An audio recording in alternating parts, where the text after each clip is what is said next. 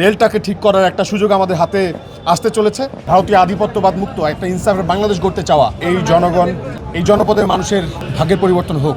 আল্লাহ হয়তো আমাদের দিয়ে তার গোলামি করাতে চাচ্ছেন এবং আমরা খুব প্রাউড বান্দা হিসেবে আমরা আল্লাহর যে চাওয়া, মানুষের জন্য লড়াই করতে চাওয়া, ইনসাফ প্রতিষ্ঠা করতে চাওয়া, ভারতীয় আধিপত্যবাদ মুক্ত একটা ইনসাফের বাংলাদেশ গড়তে চাওয়া, যেভাবে প্রতিকূলতা তৈরি হয়েছিল, আমাদের মনোনয়ন বাতিল করা হয়েছিল, সেখান থেকে আমরা চ্যালেঞ্জ করেছিলাম।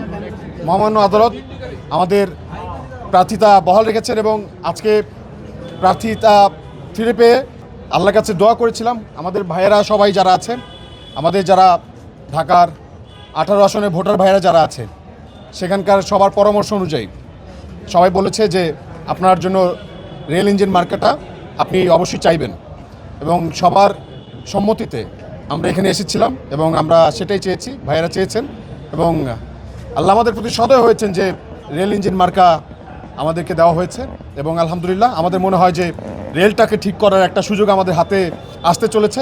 আমরা এই যে সংগ্রাম, এই যে লড়াই, দুর্নীতির বিরুদ্ধে, অনিয়মের বিরুদ্ধে, অন্যায্যতার বিরুদ্ধে, বেইনসাফের বিরুদ্ধে, ইনসাফের পক্ষে, আধিপত্যবাদ মুক্ত একটা ইনসাফের বাংলাদেশ বিনির্মাণে এই যে লড়াই আমাদের, এই লড়াই হয়তো আমরা জয়ী হতে চলেছি।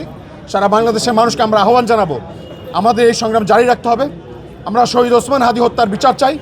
আমরা চাই শহীদ ওসমান হাদির যে স্বপ্ন, তিনি যেই স্বপ্ন দেখিয়ে গেছেন, সেই স্বপ্ন যেন এই বাংলাদেশে কায়েম হয়।